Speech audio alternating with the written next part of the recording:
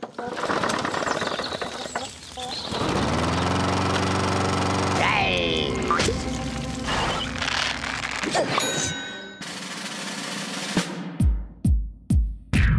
next update for Plants vs. Zombies Garden Warfare is Suburbination.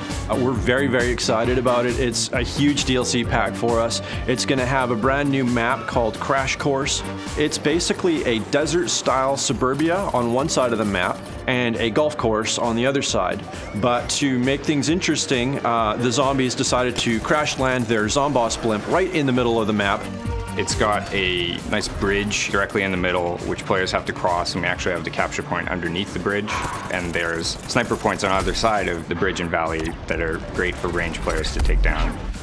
The game mode Suburbination is our take on a classic domination style game mode where the plants and zombies are fighting for control of 3 strategic locations in a map. So once you actually capture all 3 bases for your team, you put the other team in a sort of state of suburbination, as we call it. And that's basically, you have the other team in complete lockdown mode, and they have to try to get at least one objective back from you. Otherwise, your team is just going to sit back and just earn lots of coins.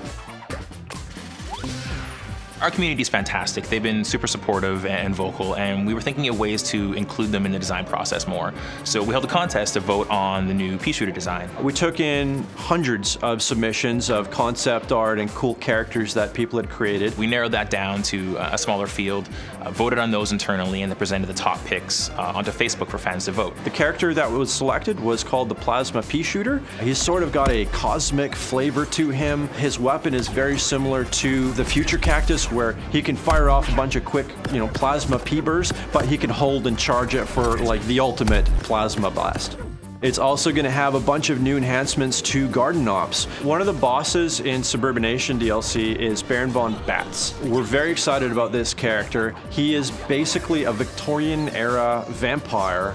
And he can sort of like dodge around and warp and disappear and come out of nowhere. He can also summon little zombie minions that fight for him. So you mix all of that together, and we think we've got this really crazy new boss that we think everybody's just gonna love playing against. In addition to that, literally somewhere in the world there is a treasure yeti, and he's got tons of treasure. And every time you shoot him, treasure's gonna come flying out of his sack. All the teammates are basically gonna be chasing this guy all the way around the map.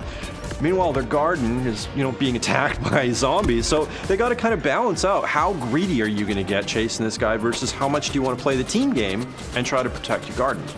One of the big things in the next DLC is going to be customization, and for this we went crazier than I think we've ever gone before. The amazing Bling Pack is going to be new to the Suburbination DLC. It's going to have a whole bunch of blinged out accessories for your characters to wear. Talking about gold eye patches, diamond studded pork chops. The game is epic, like just ridiculous things.